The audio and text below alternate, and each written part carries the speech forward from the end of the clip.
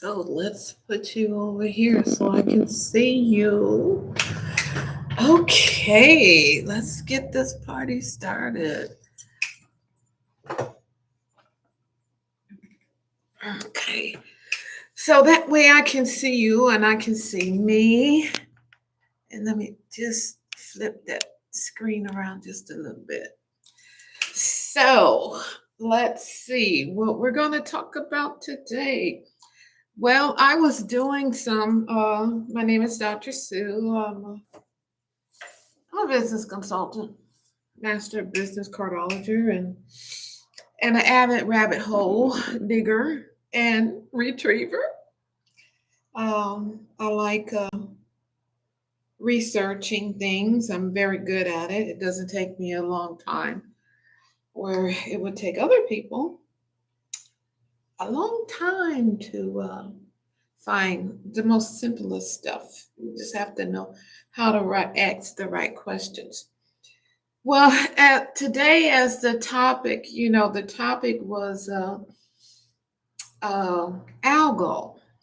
I was listening to a um, a clubhouse, and it spoke of the planet ALGOL, ALGOL, and it was so interesting, that I had to go do some research on that.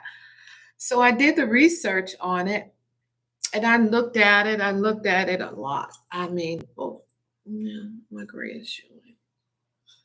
Well, that's not gray. That's really white. I've had that ever since I was 18 years old. So I've been like that since I was 18 years old. So one of the things that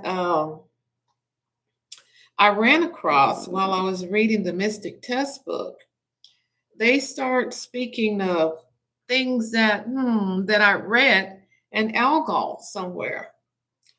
And when I read it, I was like, that sounds interesting. So what did I do? I went off into another rabbit hole to find out exactly what they were talking about. And I took some notes, some serious notes I took. And one of the things that everybody thinks that ALGOL is a binary star. That means it's two, because that was all we could see with the naked eye was um, the two stars going for the longest. Well, recently they found a third star. ALGOL is a three-star system, and one is large, one is small, and then you have ALGOL, and those other two subgiant and giant stars is what they call them. And there's a transfer of energy between these two stars. Actually, between all three of these stars. And I was like, that is so strange. Because if you look at the grand solar spreads, you're going to see the big number or the big emblem. And then you're going to see a smaller and a larger. One is small and one is large. The two karmas, one supporting and one challenging. And I was like, okay, then that makes sense now. And one of it says that there's a ALGOL paradox. It says a situation when elements of a binary star seem to involve in discord with the established theories of stellar evolution. I was like, are you serious? Well, I like physics, I like science, I like anything dealing with outer space, moons, and stuff like that. I that's something that I've always liked. That was ever since John F. Kennedy sent a man to the moon, started the space station. My daddy was really into spaceships and just going to the moon. He was really fascinated, and me being with him, I was hanging around him.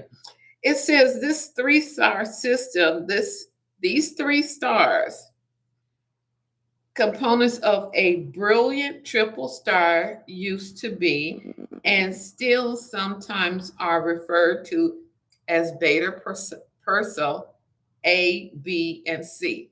Three stars, not two. Three. I'm like, oh, I found something new. In the case of ALGOL and other binary stars, something completely different is observed. The less massive star is already a subgiant, while the star with much greater mass is still on the main sequence.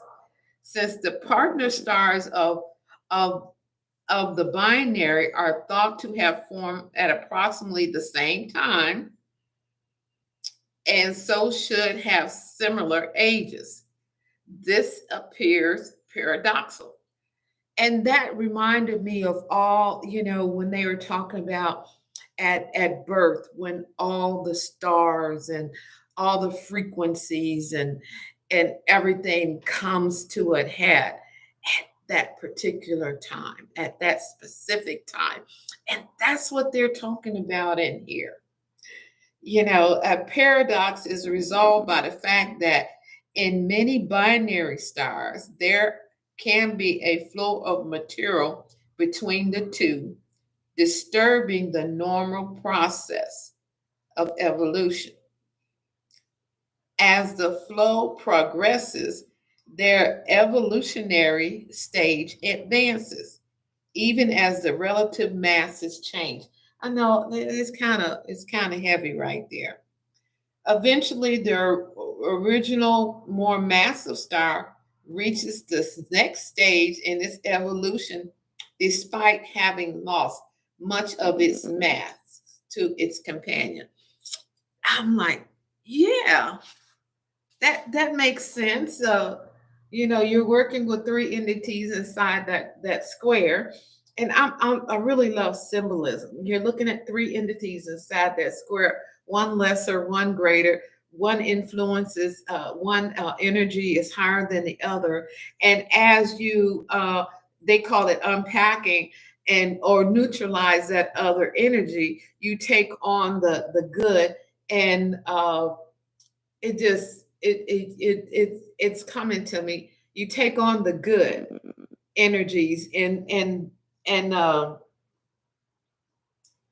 take away from the other star, neutralizing it, getting neutralizing the effects of it. I found that very interesting. It says they all form. ALGOL 1 is still in the main system, but the less massive ALGOL 2 is a subgiant at a later revolutionary stage. The paradox can be solved by mass transfer. Transference of energy.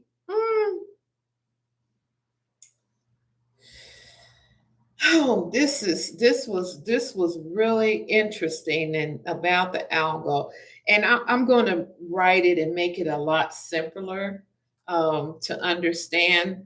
I didn't have time today because it was a lot. It was a lot, and it takes time to decipher all this stuff. And they call alcohol demon star. It was called the demon star. And that's the star that says holds Medusa's head. Algol and Perseus was this that was the demon star in which um, Medusa was a part of. That's what this eclipsing star. Now, I'm looking at. They've got cultural significance of the star. They got names, cultural significance. Gorgon's head, a strong associated with bloody violence across a wide variety of cultures. ALGOL is referred to as the paresis and associated with death by decapitation, a theme which mirrors the myth of the hero uh, victory over the snake-haired Gorgon Medusa in astrology of fixed stars. Algol is considered one of the unluckiest stars in the sky and was listed as one of 15 uh, Betanian stars. And that's what I don't, they're fixed stars. Those are fixed stars, are in the selection of 15 stars considered especially useful for magical application in the medieval astrology. Their name derives from the Arabic Baham, meaning root, as each has was considered a source of astrological power for one or more planets. Each is also connected with a gemstone and plant that would be used in rituals meant to draw the star's influence into a talisman. And that goes along with some information that I had. I didn't bring it in here. It's uh it's in another book. It's a big chart. It's a big chart that I have that I got in one of these books. But anyway, going back, just the idea that ALGOL has so much information about cardology and the science of the cards. It has so much information about it. And even in the Mystic Test book, they talk about, I cannot see this. I should have cleaned my glasses.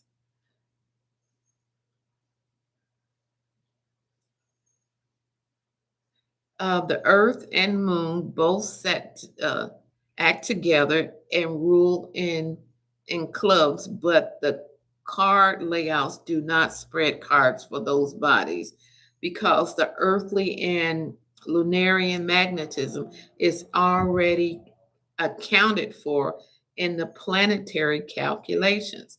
I was like, that's interesting. That was something that it's all the the sun and the moon don't have are not in how the earth and the moon both act together and rule in clubs, but the card layouts do not spread cards for those bodies because the earthly and the lunitarian magnetism is already accounted for in the planetary calculation. The earth effect is a constant. But don't we have earth as our long-term isn't earth our long-term card, long range card? I'm going to have to think about that. I think Earth is our long range card, but that long range card is included in cardology, something that Robert Camp put in there. That's a question I'm going to have to ask him. Okay, the Earth effect is constant. That is a force constantly acting at the same distance upon the inhabitants. The effects of the moon is nearly a constant as to the distance, but constitutes a changeable force as to polarity. Well, that's the moon. Yeah, we understand that about the moon. But if they're acting together, one is at one end and the other one is at the other end. So that could be a little bit of the polarity going on right there.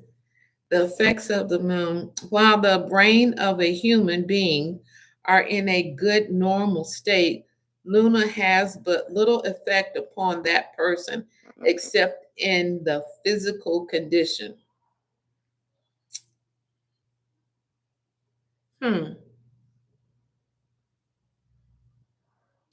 Well, while the brains of a human being are in a good normal state, Luna has but little effect upon that person except in the physical condition. I wonder what they mean by that, the physical condition. Because when there's a full moon outside, people be acting crazy, and we think it's violence is on the rise, not necessarily mental cases, but violence gets high. So that would be the physical. That would definitely be a physical. Hmm. But the moment that the brain becomes diseased, the rate of psychic vibration comes within the power of the moon to coordinate, to what is it? Coordinate therewith, and just in proportions to the extent of the cerebral imbalance or derangement. The moon's effect takes the place of the normal planetary effects. Oh, okay then. So there's a chemical, there's an emotional instability, and that's why the moon kicks in. That the energy from the moon kicks in and has that emotional effect on them, where where where well, when the brain is what they say in the normal state, there are people around here that are affected by it, and then there are other people that aren't affected by it. Hmm, interesting. Okay, it is a strange fact, but it has been determined by observation that a layout of cards spread from the handling and mixing of a lunatic actually become reversed in their meaning and all rule under the moon. Bad cards are better than the normal indications, while good ones become bad. Oh, I guess that's interesting. I wonder, did anybody catch that? It is a strange fact, but it has been determined by observation that a layout of cards spread from the handling and mixing of a lunatic actually become reversed in their meanings and all rule under the moon. Bad cards are better than the normal indications, while good ones become bad. I wonder that is interesting. Success becomes disappointment, love becomes hate, virtue and goodness become immorality and sin. Trouble and weakness are no longer indicated by sevens, but by eights. Ooh! Predictions made regarding the actions of insane persons under given conditions must be more or less reversed according to the extent of the mental aberration. Um, I guess that if you're, uh, how you say, degrees of mental illness or mental wellness or something like that, yeah, that's interesting right there. Ooh, that is really interesting. The effect indicated by sun cards. There are always three cards called the sun cards and each layout. These cards are the ones that do not rule under any one of the planets at the time, and they are usually regarded as emblems of effect that are not in the person's life at that time. By some masters, they are considered as event or conditions past and gone out of the person's life.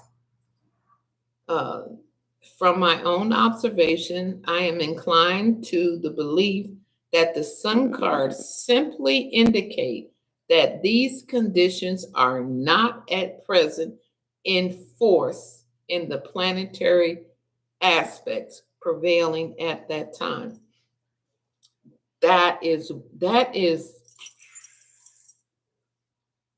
from my own. I am inclined to believe to the belief that the sun cards simply indicate that those conditions are not at present in force in the planetary aspects prevailing at the time. It you're the sun card.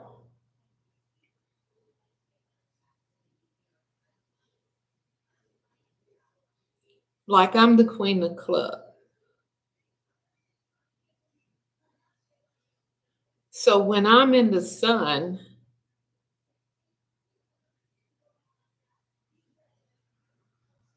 those energies are not at present in force in the planetary aspects prevailing at the time. That's weird. That's how do you decode that? If you're in the sun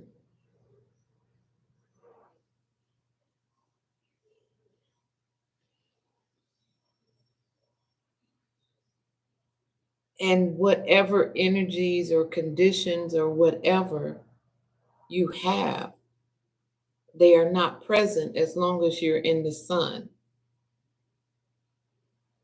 and the planetary aspects prevailing at the time. So now I'm looking at the crown line. I'm looking at the crown line. I can't look at the crown line because the crown line is just the crown line. And if you're in the crown line and you're in the sun, I can't see why you're just in the sun. But if you're not in the crown line, but your card is in the sun, then I could see where they're saying that if you're in the sun, simply indicate that those conditions are not at present in force in the planetary aspects prevailing at that time. So even if you're in the sun, if you're in the sunlight, it doesn't make any it doesn't make any difference. You're just in the sunlight unless you're on the crown. Because when you're on the crown line, there are no planetary influences going through that line. But if you're in that sun line, there are planetary influences that go through you.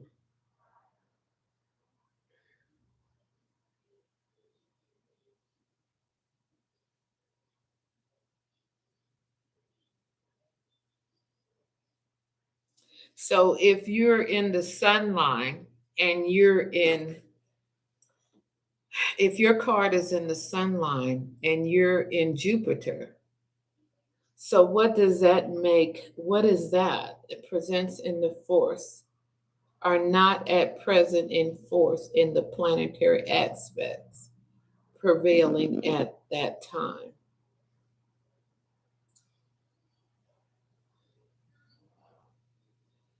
So that's what that would be when you're in the sun, you're just in the sun. You're just sitting there.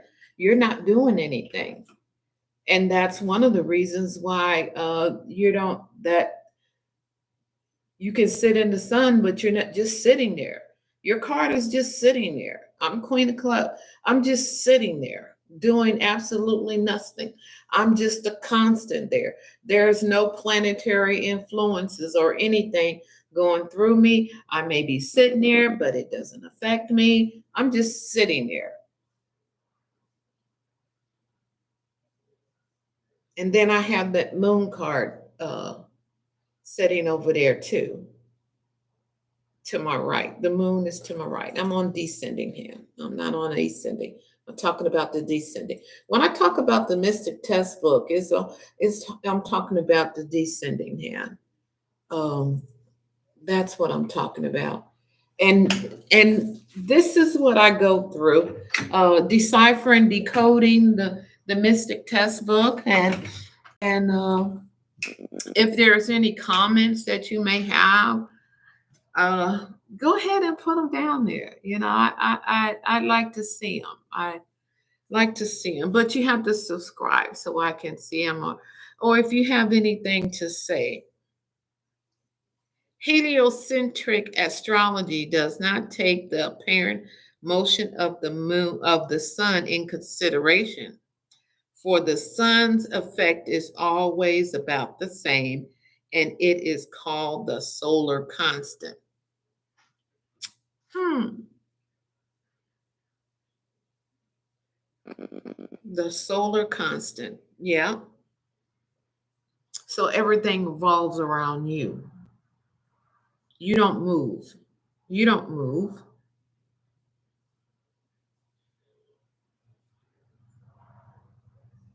Even when your position changes,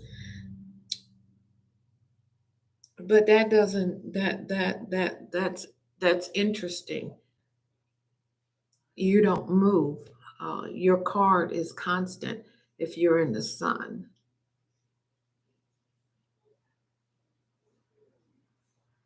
Interesting.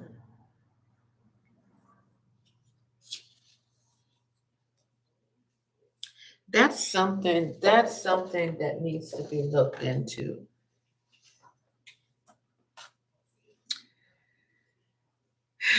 I didn't understand what that says.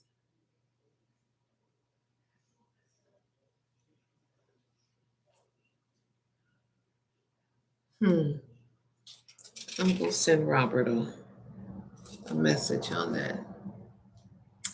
And then now we're talking about the effects of the sun, and we're still sitting on the sun because eventually one day you're going to be sitting in the sun, on the grand solar spreads. You're gonna be sitting up top doing nothing, just looking at everybody, and everybody afraid of what you're gonna do.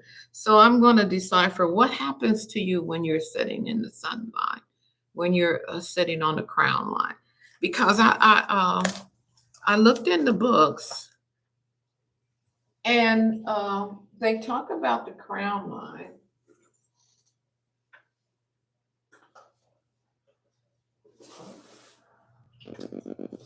They talk about the crown line, but they don't say a whole lot about the crown line. And even in this, they don't even mention uh, if you're sitting in the crown. I'm trying to find that. Uh, Displacement cards, personality cards, exceptions. What is your planetary ruling card? Uh, well, I guess that it would be better to look at the King of Spades, because the King of Spades don't move. Queen of Diamonds, King of Hearts. The King of Spades doesn't move from the crown line.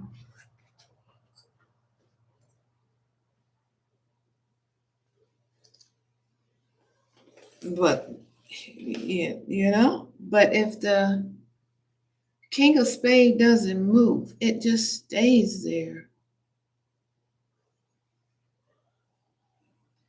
But why would it say it's in the King of Spades in the Mercury period, the King of Spades in the Jupiter period? What periods are they talking about when it doesn't move?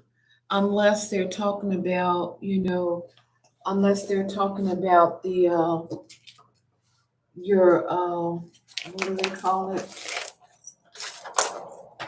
Your hmm, let me see. Unless they're talking about the current year, would be in Neptune, or or a 7-year cycle, or uh, or the 13-year cycle. Um, I think that would, yeah, because even the King of Spade in the Venus period, it doesn't, it's the only constant. So that to me are when I look at the constants, I look at those fixed cards as being constant because they don't move. So are they in the sun line? No, they're not in the sun line, but they're fixed in their position like if they were in the sun.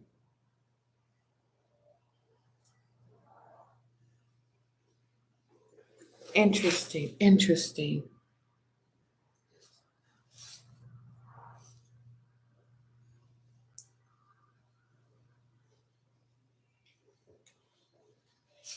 So if the king is great success in work through taking on responsibility, fulfillment of goals. The King of Spades is the final and most powerful card, especially good for legal matters. Be prepared to take a leadership role and live by your own. Success is yours for the taking, but you have to stand up and claim it. King of Spade and the Mercury period.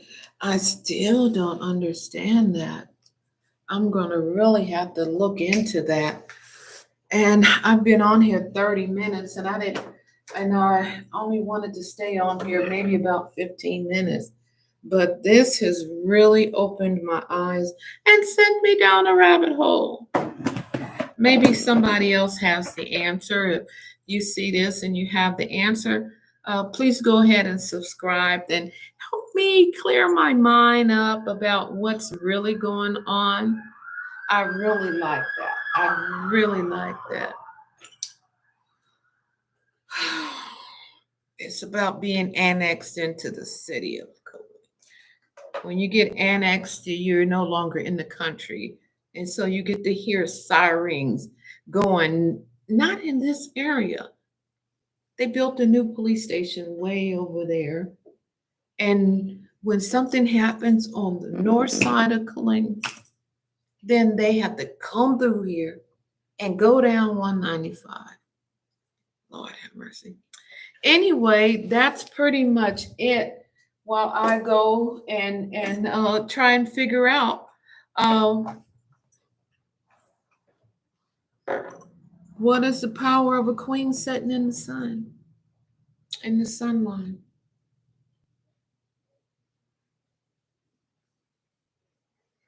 I can see it. I can see it being like, okay, if it's let's say, let's look at it like this. There's the king of spade, right? And 1, 2, 3, 4. Let's see.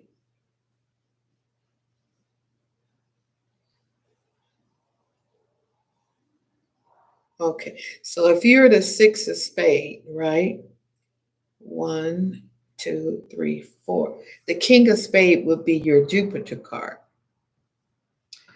So now I can see that. I can see that. I can see that now. Yes. And if it was ascending and you would 8 of heart, you would be